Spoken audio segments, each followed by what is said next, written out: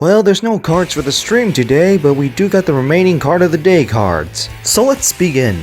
We're gonna start off with Dragon Empire with a double rare, Stealth Dragon Tenshasted. Grade 1 AK power and skills. Auto rearguard. When they attack, this unit boosts its hits, costs counterblast 1, retire this unit, search one card with the same card name as your Vanguard, reveal it and put it in your hand.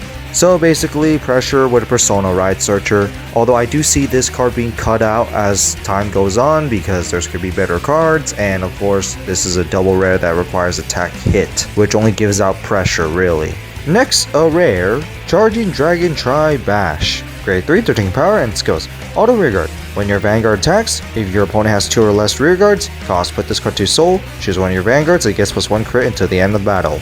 Pretty good in the Eugene deck. Average amount of rearguards you're gonna kill in the Eugene deck is 2, but you should be able to get 3, not much of a problem. And in the future, if there's gonna be more retire heavy decks, this card can also be pretty good, especially if this card goes to soul. And also in premium, you do have Blade Master that nukes the field, so not too bad.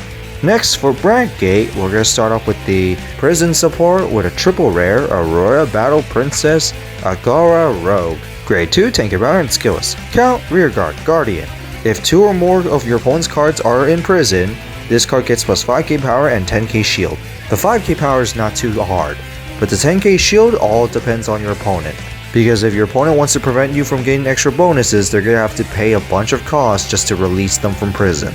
But regardless, this first skill isn't too bad. Second skill, Auto. When placed on rearguard, cost Soul Blast 1, choose one of your opponent's front row rearguards, and imprison it. My only gripe is that it's only front row only. We already have cards that could imprison anything with a Soul Blast, but this one is restricted to the front row only. But regardless, this isn't too bad as it could be a beater as well. And now for the Carnival archetype, or Shadow Army token support. Our first card is Electricity Plunder Monster Ja Patel. Grade 3, 13 power and skills. Count, Rearguard. If you have a world card in your order zone, this card can attack all rearguards in the same column as this unit. Alright, not too bad for some world clearing. It's not necessary, but a decent enough option to do some field clearing. And besides, Carnival kinda needs more cards right now. We're very short on cards for that archetype. Next, Useful Recharger. Nova Grappler based name, of course. Grade 1 AK power and skills. Auto. When this unit is put on Garden Circle, cost Counterblast 1. If your world is Dark Knight, this card gets +5k shield. If your world is Abyssal Dark Knight, this card gets +10k shield. So basically for the archetype, if you have one world card, it's a 10k shield. If you have 2, this is a 15k shield. It's not +5k and an additional 10k because remember, your whole entire world changes as Abyssal Dark Knight if you have 2 world cards. But pretty decent option because extra shield value is pretty nice. And considering the amount of Shadow Army tokens you might be calling, you might not need to call a bunch of grade 1s. But the counterblast might be an issue. Finally, for the Blitz order, Lightning Barrier Emergency Deployment. Grade 1, Blitz order like I said, and its skill is cost Counterblast 2. Choose one of your Vanguards and it gets +30k shield into the end of that battle. It's a decent Blitz order. The only problem right now about this Blitz order is that the decks that we currently have kinda are Counterblast heavy, but still a pretty decent tech option. But really good if you're playing it in a non-Counterblast heavy deck. And finally, the last of the cards are in Stokeia, with our first card being double rare, Inheritance Maiden Hendrina. Grade 2, tank your power and skills. Auto. When this unit is placed on rearguard, mill the top 3 cards of your deck. Based on this skill, it's obviously Alchemagic. Second skill, Act Rearguard. Cost, retire this unit at the end of the turn.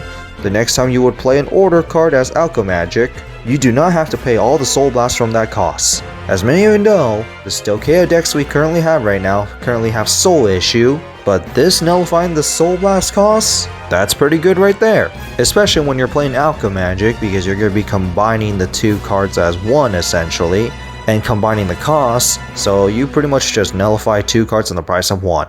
Finally, another order, Tearing Malice.